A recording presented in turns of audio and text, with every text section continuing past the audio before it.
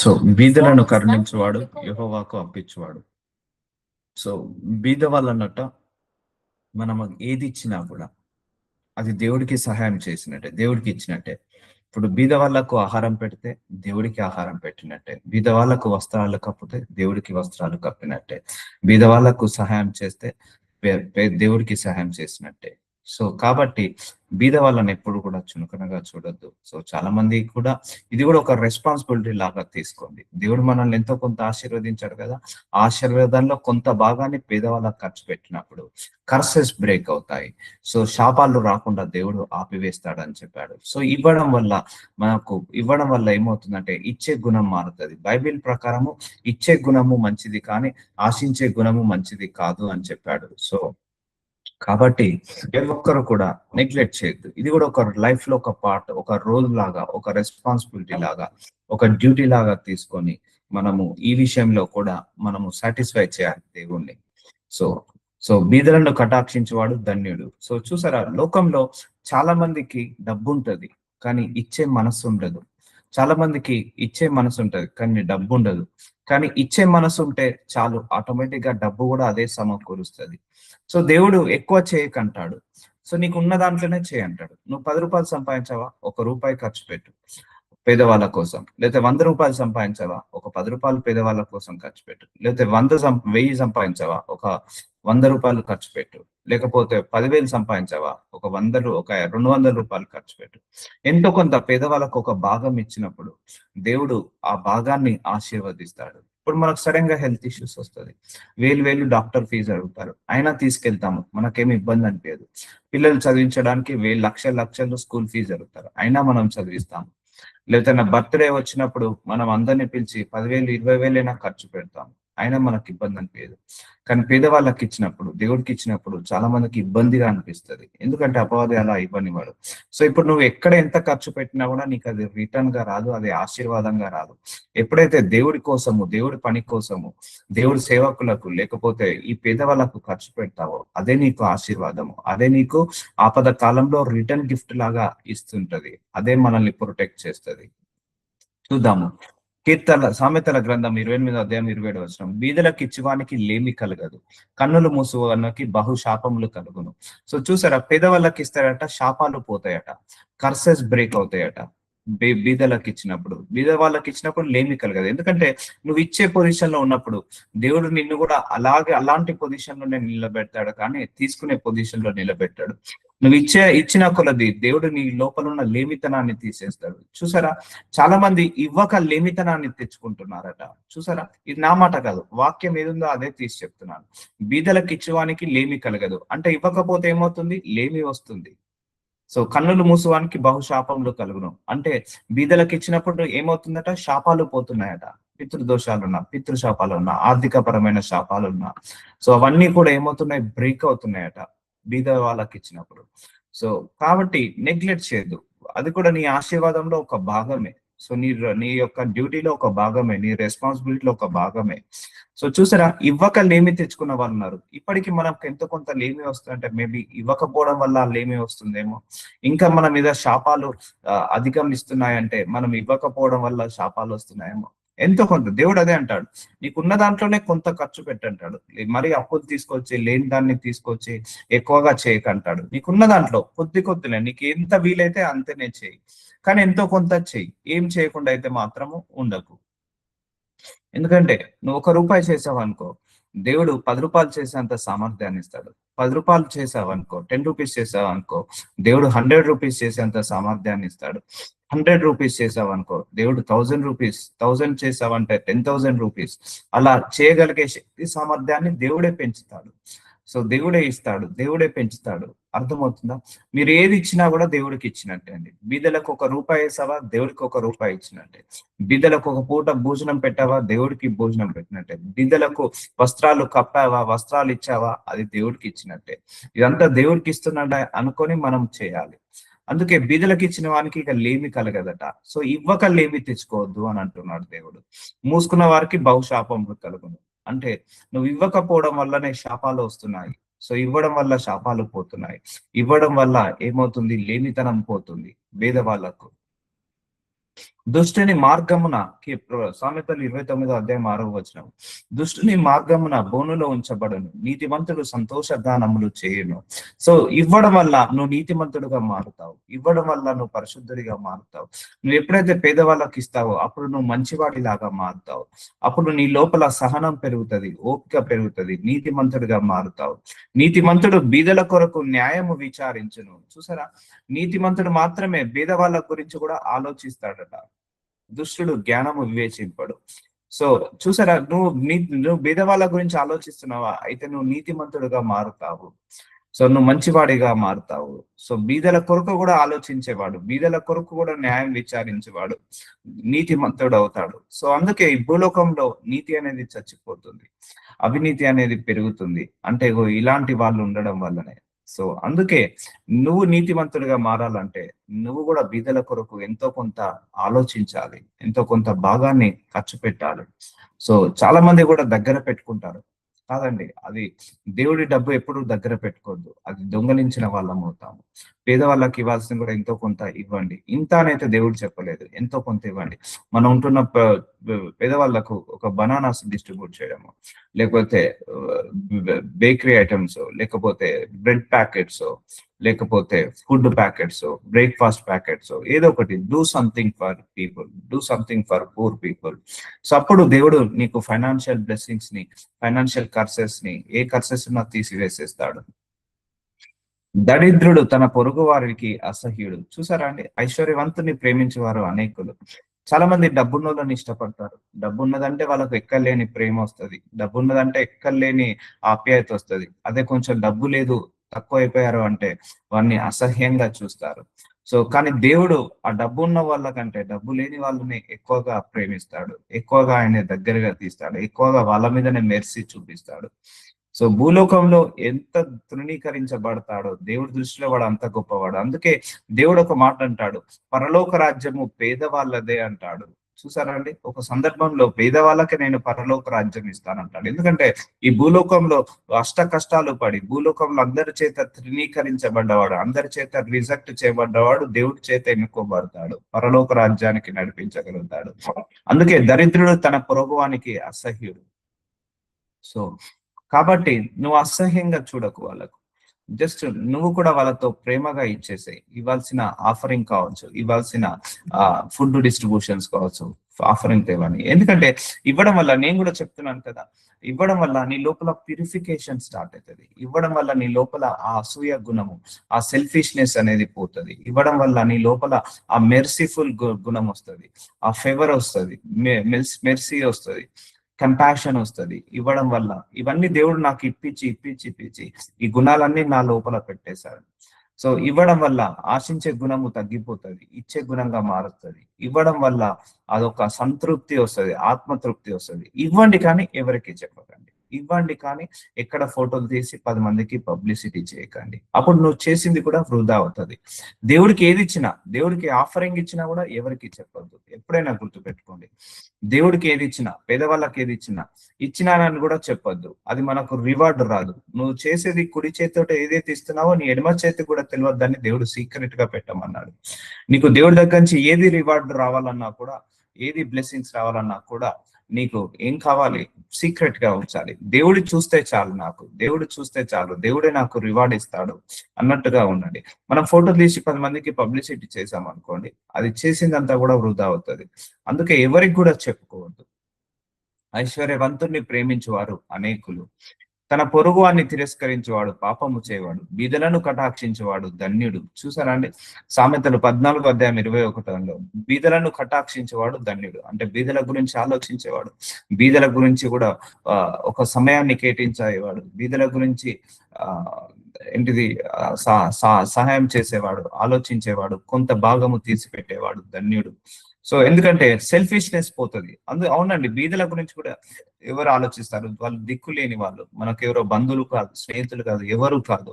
So ఎవరో వాళ్ళు అనామకులు, తెలియని ముఖం తెలియని స్ట్రేంజర్స్, వాళ్ళ గురించి కూడా నువ్వు ఆలోచిస్తున్నావు అంటే ఆ స్ట్రేంజర్స్ గురించి కూడా ఆలోచిస్తున్నావు. సో అప్పుడు దేవుడు నీ గురించి ఆలోచిస్తాడు. ఎందుకంటే డబ్బున్నోడు గురించి అందరూ ఆలోచిస్తారు, డబ్బున్నోళ్ళకు అందరూ సహాయం చేస్తారు, డబ్బున్నోళ్ళకు అందరూ గౌరవం ఇస్తారు, డబ్బున్నోళ్ళను అందరూ ప్రేమిస్తారు. కానీ ఏ డబ్బు లేని బీద వాళ్ళను, ఎవరో తెలియని ముఖం తెలియని బీద వాళ్ళను కూడా కటాక్షిస్తున్నావంటే నీ అంత గొప్పవాడు, నీ అంత మంచివాడు ఈ భూలోకంలో ఎవరూ లేరు. అందుకే నువ్వు ధన్యుడవు. అందుకే వాళ్ళకి ఇచ్చినప్పుడు నువ్వు నీతిమంతుడిగా మారుతున్నావు, వాళ్ళకి ఇచ్చినప్పుడు నువ్వు ధన్యుడిగా మారుతున్నావు. నీతిమంతులు ధన్యులందరూ ఎక్కడుంటారు? పరలోక రాజ్యానికి వెళ్తారు. చూసారా అండి, పరలోక రాజ్యానికి వెళ్ళడానికి ద్వారాలు ఓపెన్ అయ్యేది బీదలకు నువ్వు ఇచ్చినప్పుడు. అందుకే బీదలకు ఇచ్చే వాళ్ళ మనస్సు కైండ్ గా ఉంటుంది, బీదలకు ఇచ్చే వాళ్ళ మనస్సు చాలా మెర్సిఫుల్ గా ఉంటది, కంపాషన్ తో ఉంటుంది. సో వాళ్ళందరూ కూడా దేవుడికి ఇష్టలు అవుతారు, ప్రేములు అవుతారు. సో అందుకే we need to do something for your blessings only. ఇది దేవుడికో నీకో వాళ్ళకో కాదు, ఇది నీకే లాభము జరుగుతుంది. నువ్వు ప్రార్థిస్తే నీకు ఎలాగైతే మంచి జరుగుతుందో, నువ్వు వాక్యం చదువుకుంటే నీకు ఎలాగైతే మంచి జరుగుతుందో, వాక్యాన్ని వింటే మందిరానికి వెళ్తే ఎలాగైతే మంచిగా జరుగుతుందో, నువ్వు ఎప్పుడైతే దేవుడికి ఇచ్చినప్పుడు, పేదవాళ్ళకి ఇచ్చినప్పుడు కూడా అది నీకే బ్లెస్సింగ్స్ రిలీజ్ అవుతాయి. బ్లెస్సింగ్స్ అనేది ఇక్కడే రిలీజ్ అవుతాయి. సో కాబట్టి అనొచ్చు, నాకే లేదు, నాకే స్కూల్ ఫీజులు కట్టుకోవాలి, నాకే ఆఫీస్ పనుల్లో ఎక్కువగా ఉంది, నాకే కూరగాయలకు సరిపోవట్లేదు, నాకే కరెంట్ బిల్లులకు సరిపోవట్లేదు. ఒకటి అనుకోండి, ఒక 100 రూపాయలు కరెంట్ బిల్లు ఎక్కువ వచ్చింది అనుకోండి, ఒక 100 రూపాయలు కూరగాయలు అవి ఎక్కువ వచ్చినా కూడా మనం కడతాము. 100 కాదు, 500 కరెంట్ బిల్ ఎక్కువ వచ్చినా కడతాము. లేదా కూరగాయలు కూడా 500 కాదు, 1000 అయినా మనం చేయగలుగుతాం. కానీ ఇది మనకి ఎందుకు నెగ్లిజెన్స్ అంటే, నీకు ఇక్కడ ఆశీర్వాదం ఉంది కాబట్టి అపవాది నీ చేత చేయనియడు. సో ఆలోచించాలి. సో మనము మన గురించి సెల్ఫిష్ గా ఆలోచించకుండా మన చుట్టూన్న ఆకలి వేళ గురించి కూడా, ఎందుకంటే మనకు తెలుసు ఆకలి మంట అంటే ఏంటిదో. ఒక పూట మనకు లేట్ అయితేనే మనం కడుపులో తట్టుకోలేము, ఆ బాధ తట్టుకోలేము. అలాంటిది మన చుట్టూన్న ప్రజలకు ఎంతో కొంత ఆకలి అయినప్పుడు ఆహారం పెట్టడంలో తప్పు లేదు. నువ్వు ఎప్పుడైతే బీదలను కటాక్షిస్తావో, బీదలను, అప్పుడు నువ్వు ధన్యుడవవుతావు అని అంటున్నాడు. చూసారా, ఇన్ని మేలు ఉన్నాయి. బీదలకిస్తే ఏమవుతుందని చెప్పాడు? నువ్వు నీతిమంతుడిగా మారుతావు అన్నాడు. బీదలకిస్తే నువ్వు ధన్యుడవు అవుతావు అంటున్నాడు. బీదలకిస్తే దేవుడు ఏమంటున్నాడు? నీకు శాపాలు పోతాయి అంటున్నాడు, లేమితనము దగ్గరికి రాదంటున్నాడు. సో చూసారా, ఇన్ని రకాల బెనిఫిట్స్ ఉన్నాయి. సో అందుకే నువ్వు ఏది బీద వాళ్ళకి ఇచ్చినా దేవుడికి ఇచ్చిననే అనుకొని చేయండి. మీరైతే ఆయన రాజ్యమును వెతుకుడి, దానితో కూడా మీకు అనుగ్రహించబడును. సో ఇది దేవుడి వాక్యమే రాజ్యం అండి. దేవుడు ఏదైతే చెప్పాడో బీద వాళ్ళ గురించి, ఇది ఆయన రాజ్యానికి ఇచ్చినట్టే. సో నువ్వు దేవుడి మందిరానికి ఇచ్చావు అనుకోండి, దేవుడి సేవకులకు ఇచ్చావు అనుకోండి, అవి దేవుడి యొక్క రాజ్యానికి ఇచ్చినట్టే.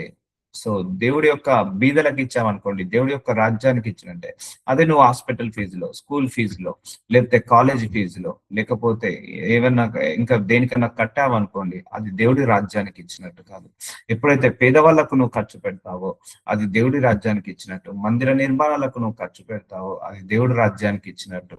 కాబట్టి ముందట ఆయన రాజ్యానికి ఇవ్వండి, దానితో కూడా ఇవి మీకు అనుగ్రహింపబడును. ఆయన రాజ్యానికి ఇద్దాము. సో చెప్తున్నాను, ఆయన రాజ్యం అంటే సేవకులకు ఇవ్వడము, కానుకలు ఇవ్వడము, అలాగే అలాగే పేదవాళ్ళకి ఇవ్వడం, ఇవన్నీ కూడా ఆయన రాజ్యానికి ఇన్వెస్ట్మెంట్ పెట్టినట్టు. అందుకే నీ బర్త్డే పార్టీ అయింది అనుకోండి, సో నువ్వు బర్త్డేకి ఇన్వెస్ట్మెంట్ పెట్టావు అనుకో, అది ఆయన రాజ్యంలో పెట్టినట్టు కాదు. హాస్పిటల్ కి ఇన్వెస్ట్మెంట్ పెట్టావు అనుకోండి, అది ఆయన రాజ్యానికి పెట్టినట్టు కాదు. ఎప్పుడైతే ఈ పేదవాళ్లకు మందిరాలకు చేస్తావో అప్పుడు దేవుడు నీకేమిస్తాడు? అవి మీకు అనుగ్రహింపబడను. ఇక మీకేం కావాలన్నా ఆయన అనుగ్రహిస్తాడు. చిన్న మంద భయపడకుడి, మీకు రాజ్యం అనుగ్రహించుటకు మీ తండ్రికి ఇష్టమై ఉన్నది. చూసారా, మనందరము పరలోక రాజ్యానికి వెళ్ళడానికి తండ్రికి ఇష్టమై ఉంది కాబట్టి మనందరం పరలోక రాజ్య సంబంధం. అందుకే భూలోకంలో ఉన్న కొంత ఆశీర్వాదాన్ని 10 మందికి ఖర్చు పెట్టండి. ఎందుకంటే దేవుడు నిన్ను ఆశీర్వదించాడు, ఎంతో కొంత ఆశీర్వదించాడు. ఇప్పుడు మీ అందరిలో కూడా ఎంతో కొంత ఆశీర్వాదం ఉంది, మరీ లేమి లేకుండా అయితే ఎవరు లేరు. ఎంతో కొంత ఆ యొక్క ఏంటిది దేవుడి యొక్క కృప ఉంది, ఎంతో కొంత దేవుడి యొక్క ఆశీర్వాదం ఉంది. సో ఆశీర్వాదాన్ని నువ్వు దేవుడి రాజ్యానికి ఖర్చు పెట్టు. అప్పుడు దేవుడు ఏం చేస్తా అంటున్నాడు? మీకు అనుగ్రహించబడతాను అంటే ఇంకెక్కువగా ఆయన బ్లెస్ చేస్తుంటాడు. మీ తండ్రికి ఇష్టమై ఉన్నది. మీకు కలిగిన వాటిని అమ్మి ధర్మము చేయుడి. చూసారా అండి? మీ కలిగిన వాటిలో ఉన్న దాంట్లో ఎంతో కొంత అమ్మి ధర్మము చేయమంటున్నాడు. సో మొత్తం నువ్వే తినక, మొత్తం నీ పిల్లలే తినక, కొంత భాగము దేవుడికి ఇవ్వండి, కొంత భాగము పేదవాళ్ళకి ఇవ్వండి. అప్పుడు పరలోకమందు పాత గల్లెన్య సంచులను పరలోకమందు అక్షయమైన ధనమును సంపాదించుకోండి. చూసారా అండి? నువ్వు అమ్మి ధర్మము చేసినప్పుడట, పేదవాళ్ళకి ఇచ్చినప్పుడట, నీకు పరలోకంలో ధనము సంపాదించబడుట. సో పరలోకంలో నీ ధనము పెరుగుతుందట, పరలోకంలో నీ యొక్క స్టేటస్ పెరుగుతుందట, పరలోకంలో నువ్వు ధనవంతుడు అవుతావుట. భూలోకంలో బీద వాళ్లకు ఎంతగా నువ్వు ఇస్తే పరలోకంలో అంతగా నువ్వు ధనవంతుడు అవుతావు. భూలోకంలో నువ్వు బీద వాళ్లకు ఇవ్వకపోతే పరలోకంలో అనేది వెళ్ళదు. పరలోకంలోకి వెళ్ళినా కూడా నువ్వు అక్కడ పేదవాడి లాగానే ఉంటావు. సో చూసారా, మీకు కలిగిన వాటిని నమ్మి ధర్మము చేయడి, ఎంతో కొంత ధర్మము చేయడి. చెప్తున్నాను కదా, నువ్వు ఎక్కువగా చేయాల్సిన అవసరం లేదు. నీకున్నంతలో కొంత చేయి. ఆ కొంతను దేవుడు ఆశీర్వదించి ఇంకొంతగా ఇస్తాడు. ఆ ఇంకొంతను కూడా ఆశీర్వదించి ఇంకొంతగా ఇస్తాడు. ఆ ఇంకొంతను కూడా ఆశీర్వదించి ఇంకొంతగా ఇచ్చి దేవుడు నిన్ను కూడా ఆశీర్వదిస్తాడు. అక్కడికి దొంగరాడు చిమ్మ కొట్టాడు. సో చూసారా, భూలోకంలో ఉన్న ధనాన్ని కొంత అమ్మిస్తే నువ్వు పరలోక ధనానిలో ఆశీర్వాదంగా అవుతావు.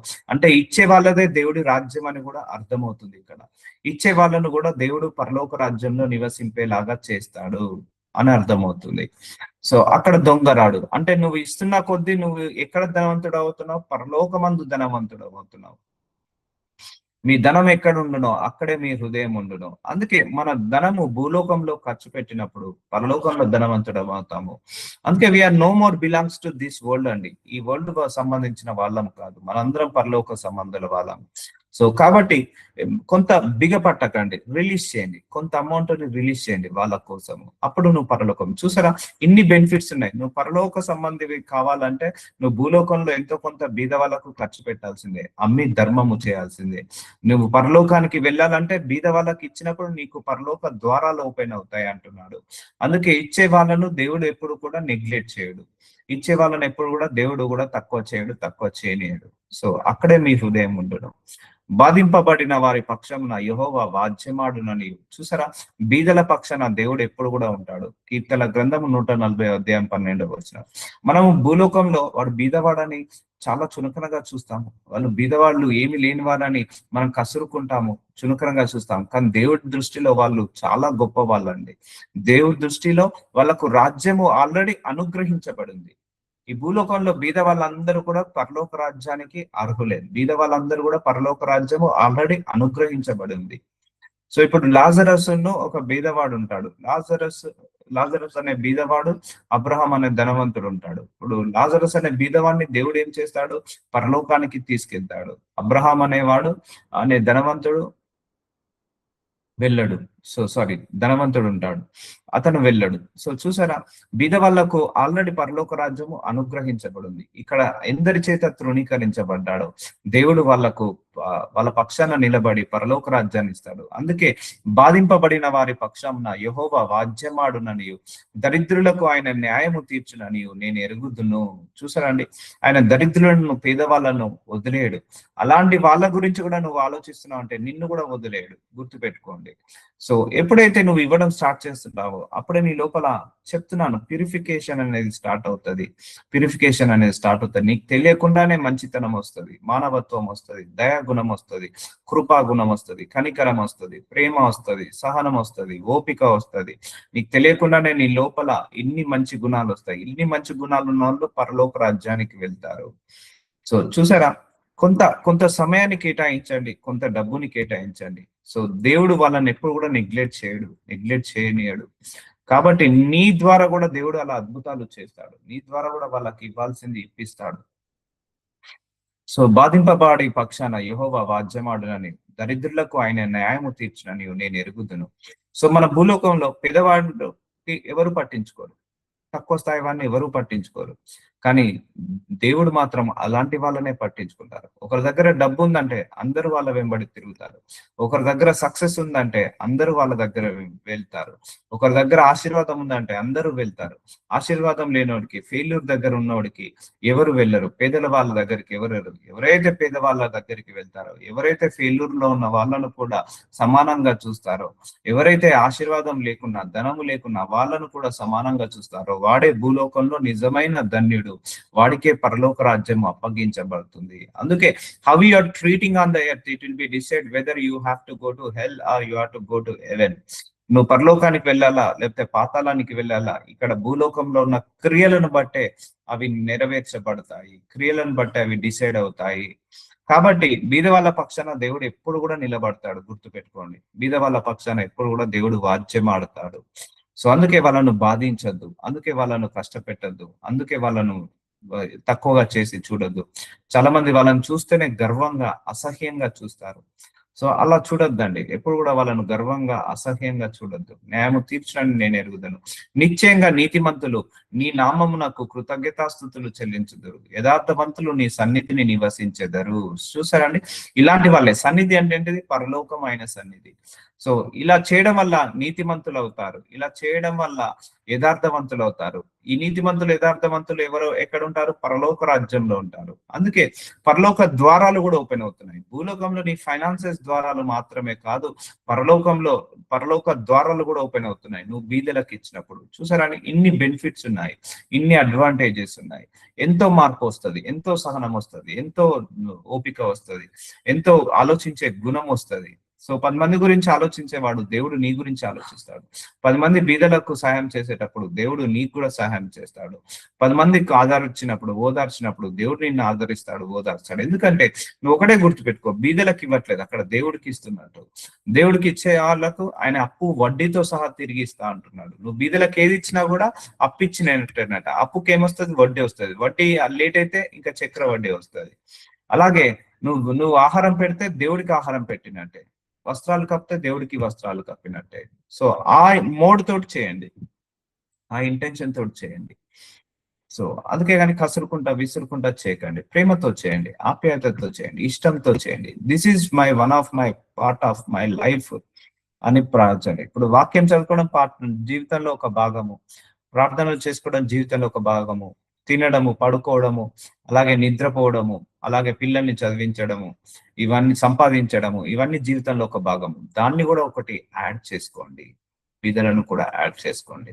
ఎందుకంటే దేవుడు వాక్యం ఒకటే సెలవిస్తుంది, నువ్వు ఇతరుల మీద కృప చూపిస్తే నేను నీ మీద కృప చూపిస్తా, నువ్వు ఇతరులను ప్రేమిస్తే నేను నిన్ను ప్రేమిస్తా, నువ్వు ఇతరులను క్షమిస్తే నేను నిన్ను క్షమిస్తా, ఇతరుల మీద సహాయం చేస్తే నేను నీకు సహాయం చేస్తా, నువ్వు ఇతరులకు దయ చూపిస్తే నేను నీకు దయ చూపిస్తా. సో ఇది దేవుడు అనేది.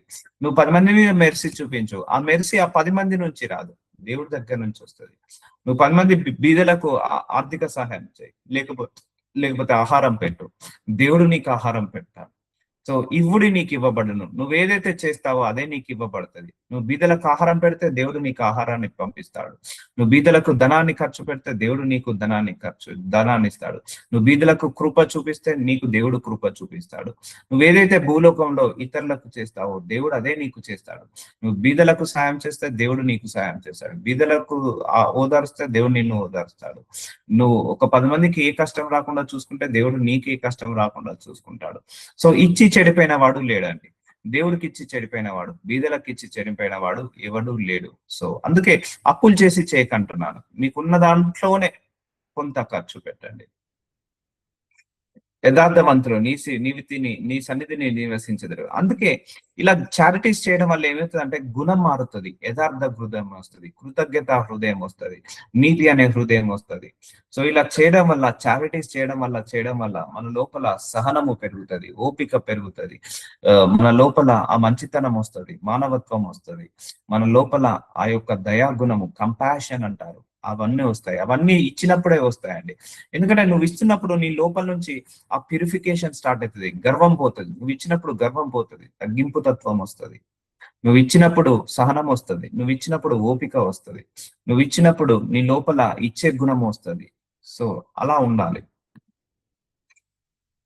ద్వితీయోపదేశ కాండము 15వ అధ్యాయం 5వ వచనం, కావున నేను నీకు ఆజ్ఞాపించిన ఈ ఆజ్ఞలన్నింటినీ అనుసరించి. సో దేవుడిచ్చిన కమెంట్మెంట్స్ లో ఇది కూడా ఒక కమెంట్మెంట్ అండి. భేదవాళ్ళను చూసుకోవడం కూడా ఒక కమెంటే. ఎందుకంటే భేదవాళ్ళను నీ ద్వారా ఆయన సహాయాన్ని అందిస్తాడు.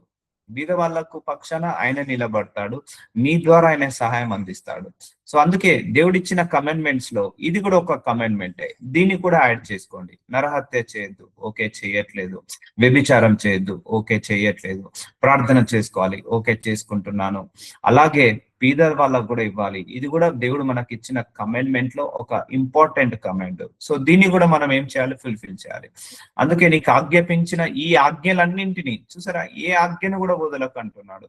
అన్ని ఆజ్ఞలను అనుసరించి నడుచుకొనుట నీ దేవుడైన యెహోవా మాటను జాగ్రత్త వీడిన ఎడల మీలో బీదలు ఉండనే ఉండరు. చూసారా అండి, నీ లోపల బీదరికం రావద్దు అంటే నువ్వు బీద వాళ్ళకు సహాయం చేసినప్పుడు నీ లోపల బీదరికం రాదు. సో దేవుడిచ్చిన కమెండ్మెంట్స్ లో ఇది కూడా ఒక కమెండ్మెంట్సే.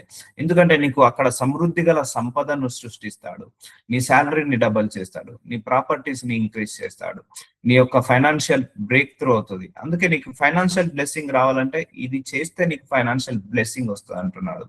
సో మీలో బీదలు ఉండనే ఉండరు అంటే నీ లోపల లేమితనం రాదు, తగ్గింపు తత్వం కాదు, నీ యొక్క ఆశీర్వాదం తగ్గిపోదు. ఎప్పుడు నువ్వు ఇట్లా ఇచ్చినప్పుడు బ్రేక్ అవుతుంది, బ్రేక్ అయి ఓవర్ఫ్లో అవుతుంటది.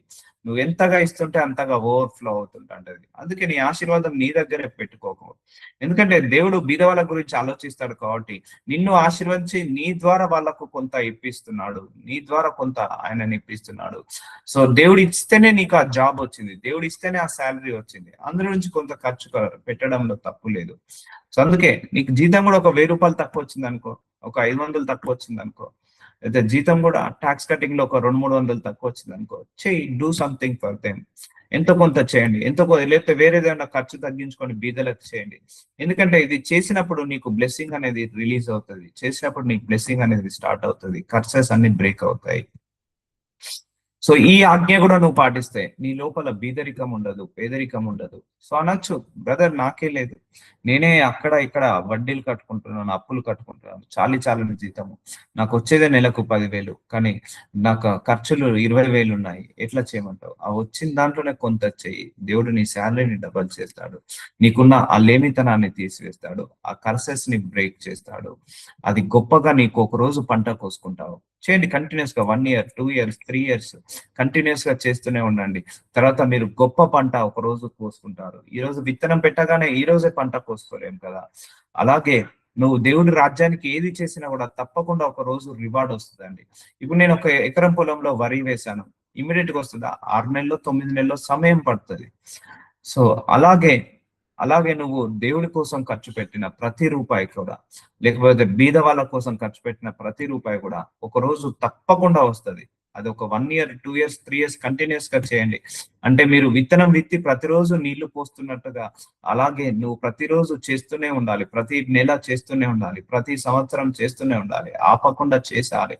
చేస్తే ఒక రోజు ఇవన్నిటికి సంబంధించి గొప్ప పంట నువ్వు కోసుకుంటావు. అంటే నీ శాలరీ డబల్ కావచ్చు, లేకపోతే నీకున్న ప్రాపర్టీస్ సడన్ గా డబల్ కావచ్చు, ఇంక్రీజ్ కావచ్చు వాటి వాల్యూస్.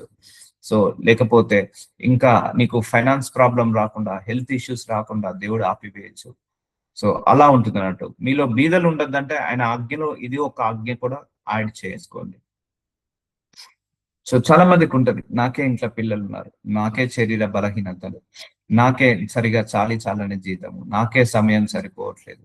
నో నో, ఇందులో నుంచెత్తి, ఆ లేమితనంలో నుంచెత్తి, ఆ అనారోగ్య సమస్యల నుంచెత్తి, నువ్వు ఆరోగ్యం బాగాలేదు, వాళ్ళ కోసం వాళ్ళ కోసం నువ్వు వంట వండు, అప్పుడు నీ ఆరోగ్యం నీ దేవుడు బాగు చేస్తాడు. సో నీకు డబ్బులు లేవు, సో వాళ్ళ కోసం కొంత ఖర్చు పెట్టు, దేవుడు నీకు ఆ లేమితనాన్ని తీసివేస్తాడు. అక్కడే ఉన్నప్పుడు ఎవరైనా ఇస్తారండి, లేమితనం నుంచి ఇచ్చేవాడే ధన్యుడు, లేమితనంలో నుంచి ఇచ్చేవాడే ధన్యుడు. సమయం ఉన్నప్పుడు కాదు, సమయం లేనప్పుడు కూడా దేవుడికి సమయాన్ని ఇస్తాడు చూసావా. అప్పుడు దేవుడు నీకు ఆ సమయాన్ని, మిగిలిన పనులన్నిటిని కూడా తగ్గిస్తాడు. సో ఇవన్నీ ఒక మర్మాలండి. ఇవన్నీ కూడా నువ్వు దేవుడి కోసం నువ్వు ఎంత ఆలోచిస్తావో అది నీకు రివార్డ్ అవుతుంది, దేవుడి కోసం ఎంతగా ఖర్చు పెడతావో అది నీకే మేలు జరుగుతుంది. సో కాబట్టి ఇది దైవ గుణంలో ఒక గుణము. దేవుడు బీద వాళ్ళ పక్షాన ఉంటాడా, ధనవంతుల పక్షాన ఉంటాడా? బీద వాళ్ళ పక్షాన ఉంటాడు, అది దైవ గుణము. సో నువ్వు కూడా బీద వాళ్ళ గురించి ఆలోచిస్తున్నావు అంటే నీ లోపల కూడా దైవ గుణం ఉన్నట్టు. అర్థమవుతుందా? ఏలైనగా నీ దేవుడైన యెహోవా నీతో చెప్పినట్లు నిన్ను ఆశీర్వదించును కనుక నీవు అనేక జనములకు అప్పిచ్చేదవు గాని అప్పు చేయవు. చూసారా, నువ్వు ఫస్ట్ ఇవ్వడం మొదలు పెడితేనే ఇచ్చే చేతిగా మారుస్తాడు దేవుడు. ఇవ్వడం మొదలు పెడితేనే. ఇప్పుడు వాక్యం ఏం సెలవిస్తుంది? దేవుడు నిన్ను ఆశీర్వదించును. నిన్ను ఆల్రెడీ ఆశీర్వదించాడు కనుక నీవు అనేక జనములకు ఇచ్చేదవు. అంటే నువ్వు ఇవ్వడం స్టార్ట్ చేసినప్పుడే నువ్వు ఇచ్చే చేతులుగా దేవుడు మారుస్తాడు, కానీ తీసుకునే చేతులుగా నిన్ను మార్చడు. అనేక జనములను ఏలుదు, కానీ వారు నిన్ను ఏలరు. సో చూసారా, నీ కిందనే 10 మంది పనిచేస్తారు, నువ్వు ఒకరి కింద పనిచేయడం కాదు. నువ్వే 10 మందికి ఇచ్చే పొజిషన్ లో మారుతావు, నువ్వు తీసుకునే పొజిషన్ లో కాదు. సో ఎప్పుడైనా ఇచ్చే position it's always ultimate position. చాలా మందికి అది నచ్చదు, చాలా మందికి అది ఇష్టం ఉండదు. ఇవ్వడం అంటేనే ఏడుస్తారు, ఇవ్వడం అంటేనే అసహ్యం, ఇవ్వడం అంటేనే నాకు కష్టం. కానీ అక్కడే ఉంది మర్మం, అక్కడే ఉంది. నువ్వు ఇచ్చే పొజిషన్ లో ఉన్నావు అంటే నువ్వు అల్టిమేట్ పొజిషన్ లో ఉన్నట్టు. చాలా మందికి అడగడం అంటే ఆశించడం అంటే తీసుకునే పొజిషన్ అంటే చాలా ఇష్టం. నో అండి, తీసుకునే పొజిషన్ ఉన్నప్పుడు, ఆ గుణం ఉన్నప్పుడు నీ జీవితాంతం తీసుకునే ఉంటావు, తీసుకునే ఉంటావు, తీసుకునే ఉంటావు. తీసుకునే గుణము మంచి గుణము కాదు, ఇచ్చే గుణమే మంచి గుణము. ఆశించే గుణము మంచి గుణము కాదు, ఇచ్చే గుణమే మంచి గుణము. అందుకే అందరూ కూడా ఆశలు ఏదున్నా కూడా కొట్టి వేసుకొని నువ్వు దేవుడి నుంచే ఆశించండి, కానీ మనుషుల నుంచి ఏమీ ఆశించకండి. ఎస్, వాళ్ళెవరు నాకు ఇవ్వడానికి, నేనే ఇచ్చే స్థాయిలో ఉండాలి. వాళ్ళెవరు నాకు సాయం చేయడానికి, నేనే 10 మందికి సాయం చేసే పొజిషన్ లో ఉండాలి. నేనే సమృద్ధిగా పంట కోసుకోవాలి. నేను తిని తృప్తి పొంది నా కుటుంబం తిన్న తర్వాత కూడా ఇంకా 10 మందికి పెట్టగలిగే పొజిషన్ లో నేను ఉండాలి అని ప్రేర్ చేసుకోండి. అప్పుడు నీ గుణాన్ని బట్టే దేవుడు ఆశీర్వదిస్తాడని చెప్పాను. సో నీకు ఆశించే గుణం ఉన్నది అనుకోండి, లైఫ్ లాంగ్ అలాగే ఆశించే గుణంలోనే ఉండిపోతావు. వాళ్ళు పెడితే తిందామా, వీళ్ళు పెడితే తిందామా, వాళ్ళు ఇస్తే తిందామా, వీళ్ళు ఇస్తే తిందామా, అది మంచి గుణం కాదు. లేదు, వాళ్ళు ఇస్తే వీళ్ళు ఇస్తే తినడమేంది, నేనిస్తే 10 మంది తినాలి, ఆ గుణంలోకి వెళ్ళు. దేవుడు కూడా ఆ గుణాన్ని ఆశీర్వదిస్తాడు. చూసారా, నిన్ను ఆశీర్వదించును గనక, నిన్ను ఆశీర్వదించాడు ఆల్రెడీ, కానీ నువ్వు అనేక జనములకు ఇచ్చేదవు. ఇచ్చేమంటున్నాడు, నువ్వు ఒకరికి ఇవ్వు, దేవుడు 5కి ఇచ్చేంత సామర్థ్యాన్ని ఇస్తాడు. నువ్వు 5కి ఇవ్వు, 10 మందికి ఇచ్చేంత సామర్థ్యాన్ని ఇస్తాడు. 10 మందికి ఇవ్వు, 50 మందికి ఇచ్చేంత సామర్థ్యాన్ని ఇస్తాడు. 50 మందికి ఇవ్వు, 100 మందికి ఇచ్చేంత సామర్థ్యాన్ని ఆయనే పెంచుకుంటాడు. ఎందుకంటే నీ గుణం ఇచ్చే గుణము కాబట్టి, ఇచ్చే గుణాన్ని దేవుడు ఎప్పుడు కూడా ఆశీర్వదిస్తాడు. ఆశించే గుణాన్ని ఆశీర్వదించాడు. వీడు ఎంత ఇచ్చినా కూడా, వీడు 10 మందికి సహాయం పడట్లేదు, ఎంత ఇచ్చినా కూడా వీడే తింటున్నాడు కాబట్టి 10 మందికి ఇవ్వట్లేదు అని దేవుడు వాడికి ఇవ్వడం కూడా ఆపివేస్తాడు. ఎందుకంటే దేవుడు నిన్ను ఆశీర్వదించేది 10 మందికి ఆశీర్వాదకరంగా మార్చడానికి. దేవుడు నిన్ను ఆశీర్వదించేది నిన్ను తలలాగా నియమించడానికి. అర్థమవుతుందా అండి? సో నువ్వు ఎప్పుడైతే ఇస్తావో, నువ్వు 10 మందికి తలలాగా ఉన్నట్ట కదా. ఇప్పుడు నేను ఒక 50 మందికి ఈరోజు భోజనం పెట్టాను అనుకోండి, 50 మందికి నేను హెడ్ లాంటి వాడినే కదా. సో 50 మందికి ఇచ్చే గుణం వచ్చినట్టే కదా, 50 మందికి ఇచ్చినట్టే కదా. సో అందుకే నువ్వు ఇచ్చినప్పుడు నువ్వు తలలాగా నిలయబడతావు. అందుకే తీసుకోవడానికి ఎప్పుడు ఇంట్రెస్ట్ చూపించకండి, తీసుకోవడానికి ఎప్పుడు కూడా ఆశించకండి, ఇచ్చడానికే ఇంట్రెస్ట్ చూపించండి. మందిరాలకు, దేవ సేవకులకు, కానుకలకు, లేకపోతే చారిటీస్ కి ఇవ్వడానికి నువ్వు చేయండి. మీ చేతులతో చేయండి, మీ చేతులతో చేయండి. అనేక జనములను ఏలుదువు. ఇప్పుడు నేను 10 మందికి భోజనం పెట్టానంటే, ఈ రోజు వాళ్ళ మీద నేను హైట్ గా ఉన్నట్టే కదా, వాళ్ళకంటే నేను కొంచెం ఎక్కువ స్థాయిలో ఉన్నట్టే కదా. 10 మందికి నేను సహాయం చేశానంటే వాళ్ళకంటే ఎక్కువ స్థాయిలో ఉన్నట్టే కదా. సో అందుకే గుణాన్ని మార్చుకోండి. ఇచ్చే గుణంగా మార్చుకున్నప్పుడు దేవుడు నిన్ను ఇస్తూనే ఉంటాడు, ఇచ్చే గుణం లాగా మారుస్తాడు, ఇచ్చే వ్యక్తిగా మారుస్తాడు. నువ్వు ఆశించే గుణం ఉన్నది, తీసుకునే గుణం ఉన్నది అనుకోండి, అలాగే నువ్వు ఉండిపోతావు. లైఫ్ లాంగ్ ఆశిస్తూనే ఉంటావు, లైఫ్ లాంగ్ తీసుకునే ఉంటావు. నీ దేవుడైన యెహోవా నీకు ఇచ్చిన దేశమందు నీ పురంలో ఎక్కడైనాను నీ సహోదరులలో ఒక బీదవాడు ఉండిన యెడల, చూసారండి, నీకు దేశంలో ఇచ్చాడు. ఇప్పుడు ఇండియాలో ఉన్నది, మనం ఒక ఏరియాలో ఉంటున్నాం, లేకపోతే ఆంధ్రప్రదేశ్ లో, తెలంగాణలో, లేకపోతే అమెరికా, లండన్, ఆస్ట్రేలియా, మీరు ఏ దేశంలో ఉన్నా కూడా ఒక్క బీదవాడనే ఉంటాడు. గుర్తుపెట్టుకోండి, ఒక్క ఒక్క బీదవాడు ఉండిన యెడల, బీదవాడైన నీ సహోదరుని కరుణింపకుండా నీ హృదయం నువ్వు కఠినపరచుకొనకూడదు. నువ్వెక్కడున్నా మంచిదే. ఇప్పుడు నువ్వు ఇండియాలో ఉన్నా కూడా ఎంతో కొంతమంది బీద వాళ్ళు ఉన్నారు, వాళ్ళని కరుణించమంటున్నారు. నువ్వు అమెరికాలో ఉన్నా, లండన్ లో ఉన్నా, ఆస్ట్రేలియాలో ఉన్నా, కెనడాలో ఉన్నా, సింగపూర్ లో, ఏ దేశంలో ఉన్నా కూడా ఒక్క బీదవాడు ఉండిన ఎట్లా, బీదవాడైన నీ సహోదరుని కరుణింపకుండా నీ హృదయం నువ్వు కఠినపరచుకోనకూడదు. సో మెర్సిఫుల్ ఆన్ దెమ్, వాళ్ళ మీద మెర్సిఫుల్ గా ఉండండి, కఠినంగా ఉండకండి, కఠినపరచకోకండి. ఎందుకంటే నువ్వు వాళ్ళకి ఇస్తున్నావంటే దేవుడికి ఇస్తున్నట్టే. దేవుడు రుణం ఉంచుకునే దేవుడు కాదు. నువ్వు బీదలకు ఒక గ్లాస్ మంచినీళ్ళు ఇచ్చినా కూడా దేవుడు నీకు ఆ రుణం ఉంచుకోడు. వాళ్ళకు ఒక పూట భోజనం పెట్టినా దేవుడు నీకు ఆ రుణం ఉంచుకోడు. సో మెర్సిఫుల్ గా ఉండండి, కంపాషన్ తో ఉండండి వాళ్ళ మీద అని అంటున్నాడు. అందుకే నువ్వు ఏ దేశంలో ఉండు, తప్పకుండా ఉంటారు బీద వాళ్ళు. సో వాళ్ళను కరుణించమంటున్నాడు. సో వాళ్ళదే పరలోక రాజ్యం ఇగో ఇలాంటి వాళ్ళదండి. సో పరలోక రాజ్యం రావాలంటే you need to sacrifice. You need to sacrifice your money, sacrifice your time for God, for people.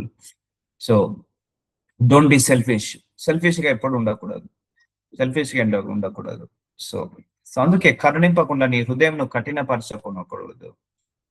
So నీ చెయ్యి ముడుచుకొనక వారి కొరకు అవశ్యముగా చేయి చాపి. చూసారా, స్ట్రెచ్ యువర్ హ్యాండ్స్ అంటున్నాడు. నీ చేయిని ముడుచుకోకు. ఉన్నదా నీ దగ్గర తక్కువనే ఉంది ఆశీర్వాదం, 100 రూపాయలే నెల ఉంది. సో ₹1 ఇయ్య అంటున్నాడు. వానికి అక్కర చొప్పున అక్కరకు చాలినంత అవశ్యముగా వానికి అప్పియవలెను, అంటే బదులు ఇవ్వండి అంటున్నాడు. సో ముడుచుకోకు అంటున్నాడు, చేయి ముడుచుకోకు. Stretch out your hand. గుప్పిలి విప్పాలి, ఎప్పుడైనా కూడా గుప్పులి విప్పాలి. ఇట్లా ఇస్తూనే ఉండాలి. చేతిలో సమృద్ధిని ఆశీర్వదిస్తాడు దేవుడు. ఆ ఇచ్చే చేతులను దేవుడు తప్పకుండా ఆశీర్వదిస్తాడు. ఇచ్చే చేతులలో ఆశీర్వాదం ఉంటుంది, శాపాలు ఉండయి. ఇచ్చే చేతులలో ఎప్పుడైనా కూడా పెదవాళ్ళకి ఇచ్చే చేతుల్లో, దేవుడికి ఇచ్చే చేతుల్లో ఆశీర్వాదం ఇచ్చే చేతులుగా మారుస్తాడు. ఆ చేతులలో ఎలాంటి కర్సెస్ ఉన్నా పోతాయి. చూసారా అండి, ఇన్ని బెనిఫిట్స్ ఉన్నాయి, ఇన్ని అడ్వాంటేజెస్ ఉన్నాయి. సో చెయ్యి ముడుచుకోక అంటున్నాడు, వాడి మీద కూడా కరుణించు అంటున్నాడు. So do something for them అంటున్నాడు. ఏమి చేయకుండా అయితే ఉండకండి. ఎంతో కొంత అయితే చేస్తూ ఉండండి. ఎంతో కొంత, ఆ కొంతను దేవుడు ఇంకొంతగా ఆశీర్వదిస్తాడు. ఇంకొంతగా ఆశీర్వదిస్తాడు. ఆ ఇంకొంతగా ఆశీర్వదిస్తాడు. సో అలా మల్టిప్లై చేస్తాడు. సో చాలా మందికి ఆ గుణం ఉండదండి, అస్సలు ఉండదు, ఇష్టం ఉండదు వాళ్ళకి ఆ గుణం అంటే. ఇస్తే ఉంటుంది, ఇదే రూపాయి నా జోబులో పెట్టుకుంటే అయిపోతుంది కదా అని అంటారు. సో అవును, కష్టపడ్డావు, దేవుడు ఎంతో కొంత నిన్ను ఆశీర్వదించాడు కదా. అందుకే ఆ కష్టానికి తగ్గ ప్రతిఫలం ఇంకా పెరగాలి అంటే ఇలాంటివి చేయాలి. చేయండి కానీ ఎవరికి చెప్పుకోకండి. చేయండి కానీ ఇక్కడ ఫోటోలు తీసి పెట్టకండి. అది దేవుడి దగ్గర నుంచి మనకు ప్రతిఫలం రాదు. ఏ నరమానవుడికి తెలియకూడదు. ఐ విల్ డూ, ఈవెన్ మా ఫ్యామిలీ మెంబర్స్ కూడా నాకు తెలియదు, నేను అలా చేస్తాను సీక్రెట్ గా. ఎందుకంటే నాకు మనుషుల నుంచి మెప్పు అవసరం లేదు, మనుషుల నుంచి నాకు ఆ యొక్క రివార్డ్ అవసరం లేదు. I want get reward from God only. దేవుడే చెప్పాడు, నువ్వు కుడి చేతితో చేసింది ఎడమ చేతి, అంటే నీ శరీరంలో ఒక భాగానికి కూడా తెలియదు అన్నాడు. అలాంటి నీ కుటుంబాలకు ఎలా తెలుస్తుంది? సో అలా సీక్రెట్ గా చేయండి, దేవుడు సీక్రెట్ గా రివార్డ్ ఇస్తాడు.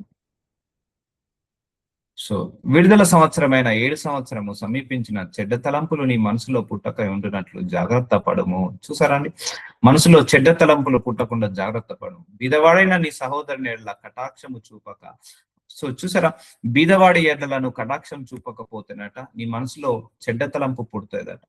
నీవు వానికి ఏమీ ఇయ్యకపోయిన ఎడల వాడు ఒకవేళ నిన్ను గూర్చి వానికి మొర పెట్టినేమో అది నీకు పాపమగును. చూసారా అండి, బీద వాళ్ళకి ఇవ్వకపోతేనట పాపం అవుతుందట, శాపాలు వస్తాయట. మిమ్మల్ని ఏం బెదిరించట్లేదు, వాక్యము చూడండి అంతే. సో బీదవాడు అడుగుతాడు, వచ్చిన దగ్గర ₹1 అమ్మా అని అడుగుతాడు. ఉంటే ఇవ్వండి, చేంజ్ లేకపోతే చేంజ్ లేదని చెప్పండి. వాళ్ళ మీద కూడా కసురుకుంటా మాట్లాడకండి.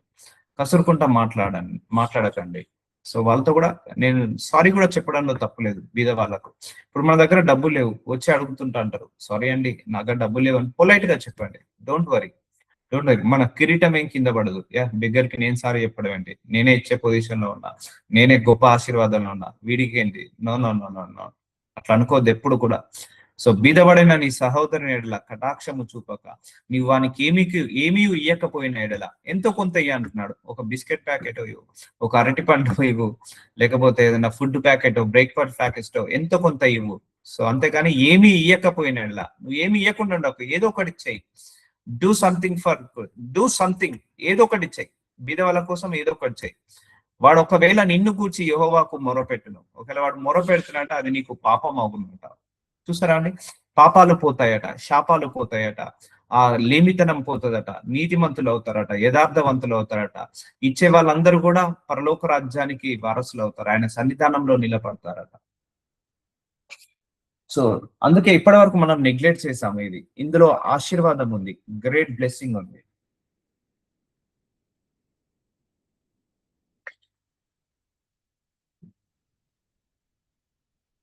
So it's a great blessing ఉంది ఇందులో. కాబట్టి నువ్వు ఇచ్చిన కొలది దేవుడు నిన్ను పర్ఫెక్ట్ మ్యాన్ గా మారుస్తున్నాడు. So our God is perfect. నీ తండ్రి పరిపూర్ణుడు గనక మీరు కూడా పరిపూర్ణుడు కండి. సో ఇలా చేసినప్పుడు you will become a perfect man. So అవును కదండి, ఇచ్చే వాళ్ళ దగ్గర, ఇచ్చే గుణం ఉన్న వాళ్ళ దగ్గర సెల్ఫిష్నెస్ ఉండదు. ఇచ్చే గుణం ఉన్న వాళ్ళ దగ్గర ప్రేమ, కరుణ, కృప, దయ, వాత్సల్యము అనే క్యారెక్టరిస్టిక్స్ ఉంటాయి. సో ఒకవేళ వాళ్ళు మన గురించి మొర పెడుతున్నట అది మనకు పాపం అవుతుందట. సో అందుకే డూ సంథింగ్. నేను మళ్ళీ చెప్తున్నాను, ఏదో ఒకటి చిన్నగా స్టార్ట్ చేయండి పేదవాళ్ళ గురించి. నెలకు ఒక్క రోజు ఒక ఫుడ్ అందించడము, ఒక పూట నీకు ఇష్టమైతే ఐదుగురికైనా చేయండి. ఐదుగురు నీ వల్ల కాకపోతే ఒక్కరికన్నా చేయండి. ఆ ఒక్కరు కూడా నా వల్ల కాదని మాత్రం అనకండి. నువ్వు ఒక్కరికి ఇచ్చినప్పుడు దేవుడు నీకు నెక్స్ట్ వారానికి ఐదుగురికి ఇచ్చేంత సామర్థ్యాన్ని ఇస్తాడు. నెక్స్ట్ నెల వరకు 50 మందికి ఇచ్చేంత సామర్థ్యాన్ని ఇస్తాడు. ఆ గుణం ఏదైతే ఉందో దాన్ని బ్లెస్ చేస్తాడు. ఆ గుణం ఉండదు. కొంతమందికి వేల కోట్ల ఆస్తుంటది, కానీ వాళ్ళకు గుణం ఉండదు, ఇచ్చే గుణం ఉండదు. సో వాళ్ళు ఇచ్చే మనస్సు ఉండదు. వాళ్ళు చనిపోయినప్పుడు కూడా ఏం తీసుకోపోరు.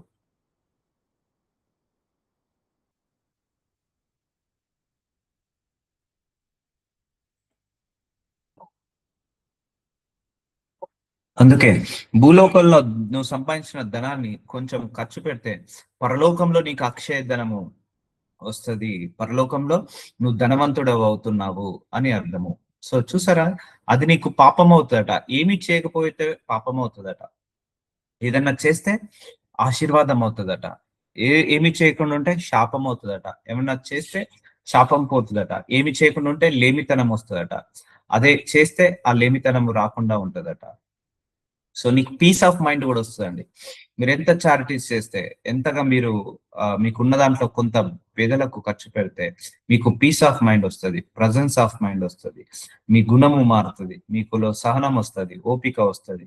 చేస్తూనే ఉండండి, కంటిన్యూస్ గా చేస్తూనే ఉండండి. ఒక పంట ఇదంతా కూడా విత్తనాలు విత్తినట్టే. నువ్వు బిదవాడికి నువ్వు ఎంత చేసినా కూడా విత్తనాలు విత్తినట్టే. దానికి కావలసిన పంట ఒక రోజు కోసుకుంటావు. సో అందుకే దేవుడు గుణాన్ని ఆశీర్వదిస్తాడు. గుర్తుపెట్టుకోండి. నువ్వు ఇచ్చే గుణంగా అనుకున్నావా, అయ్యా నేను కూడా ఇవ్వాలి అనుకో. అయ్యా నేను కూడా అనేక మందిరాలకు సహాయం చేయాలి, నేను కూడా అనేక మందిరాలు కట్టించాలి, అనేక మంది సేవకులను నేను చూసుకోవాలి, అనేక చారిటీస్ చేయాలని ఆ గుణంలోకి రా.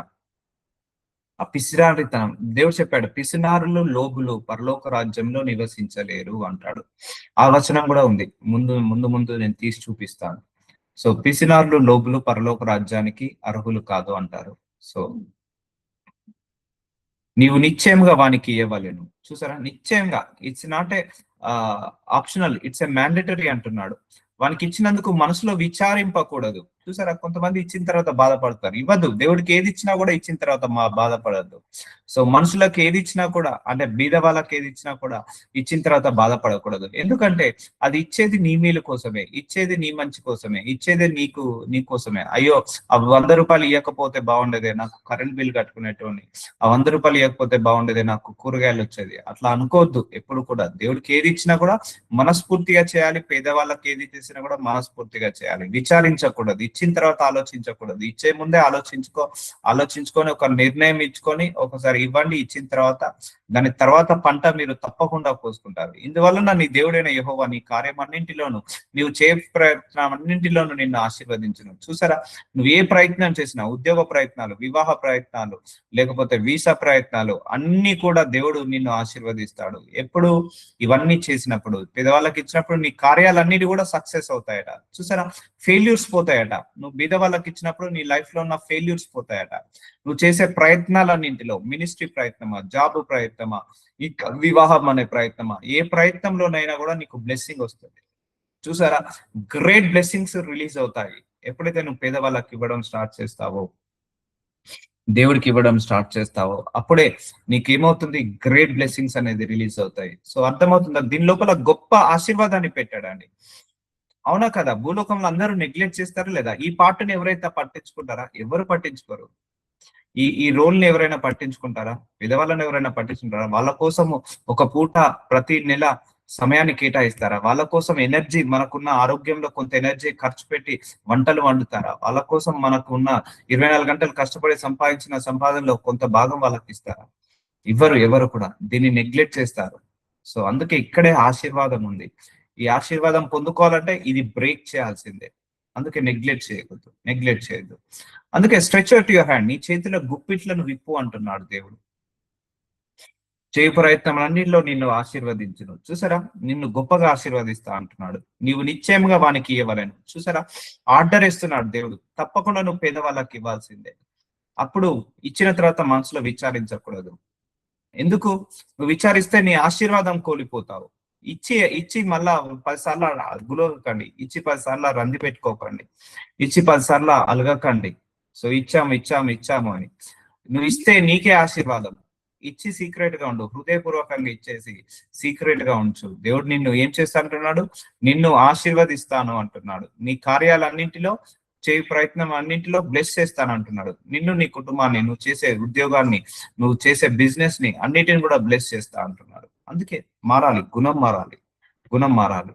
బీదలు దేశంలో ఉండక మానరు, అందుచేత నేను నీ దేశంలోనున్న నీ సహోదరులకు, దీనులకు, బీదలకు అవశ్యంగా నీ చెయ్యి చాపవలని నీకు ఆజ్ఞాపించుతున్నాను.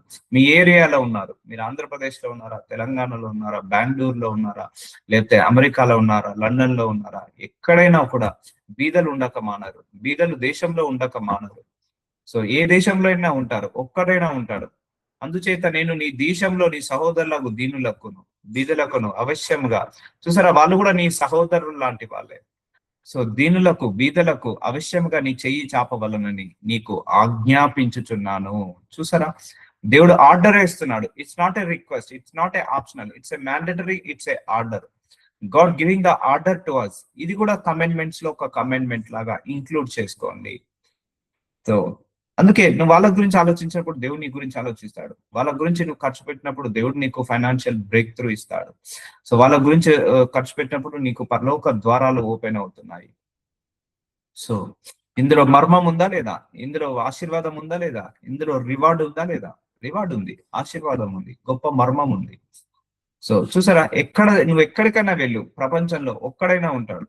సో వాడికి ఎంతో కొంత పెట్టు, నీ చెయ్యి చాపు అంటున్నాడు. స్ట్రెచ్ అవుట్ యువర్ హ్యాండ్ అని ఆర్డర్ వేస్తున్నాడు. So will continue tomorrow.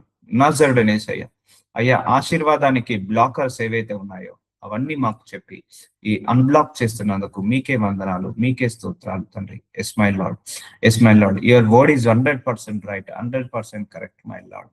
అయ్యా బీదలకు ఇచ్చినప్పుడు పరిశుద్ధత వస్తుంది, నీతిమంతులు అవుతారు, యథార్థవంతులు అవుతారు, లేమితనం పోతుంది, శాపాలు పోతాయి, పాపాలు పోతాయి అని ఎన్నో రకాలుగా మాకు అందరికీ చెప్పి ఈ కోణంలో కూడా మమ్మల్ని సరి చేస్తున్నందుకు, మా అందరినీ ఆశించే గుణాన్ని తీసేసి ఇచ్చే గుణంగా మారుస్తున్నందుకు మీకే మహిమ కలుగును గాక. ఆమేన్.